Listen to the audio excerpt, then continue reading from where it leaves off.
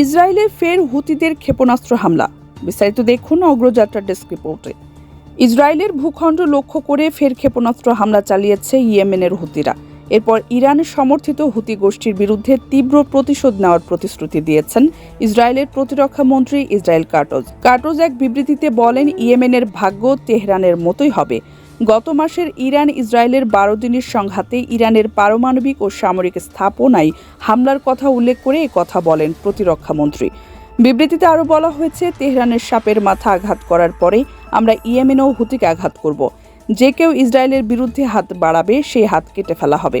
তবে হুতি গোষ্ঠীর ছোড়া একটি ক্ষেপণাস্ত্র প্রতিহত করার দাবি করেছে ইসরায়েল।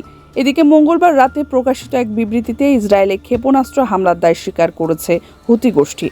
হুতির সামরিক মুখপাত্র ইয়াহিয়া সারি বলেছেন, হুতি ইসরায়েলের বিমানবন্দর এবং অন্যান্য সংবেদনশীল লক্ষ্যবস্তুতে 4টি হামলা চালিয়েছে।